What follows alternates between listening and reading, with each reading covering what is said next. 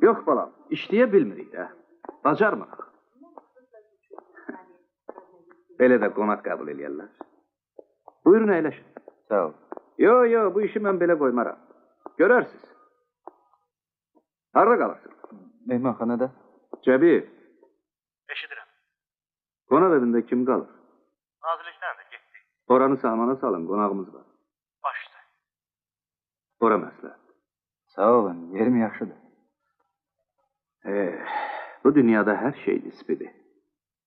Yaxşının sonu, hüdudu yoxdur. Elə yamanın da.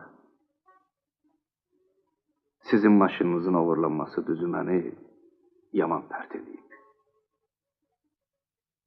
Amma sizdə razı yox da. Adam rayona gələndə xəbər eləməz. Hardan biləydim ki, belə olacaq?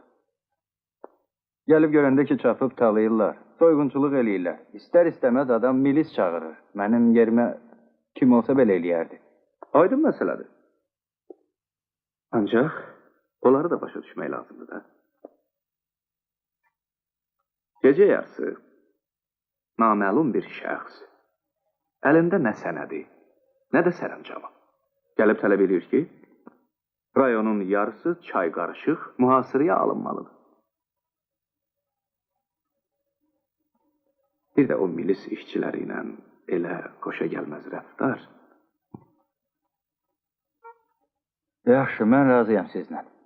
Heç olmasa təcili bir tədbir görmək olardı ki, heç tərpənmədilər də. Siz onlardan nə umursuz? Dava boyda olmaz axı. Bəysin özü 3 saatdan sonra gəlib çıxır. Mənim qollarımı vurub saxlayırlar, telefona yaxın buraxmırlar, təhqir eləyirlər. Mən bu barədə Paşayevə fikrimi bildirmişim. Siz də vacib bir məsələni gərək yaddan çıxartmayasınız. Mən bu rayonun rəhbəriyəm deməli, burada baş verən hər böyük, kiçik hadisəyə cavabdeyəm.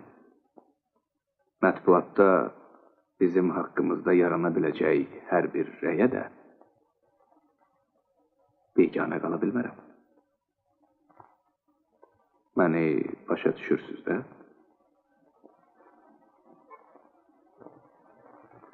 Aydındır.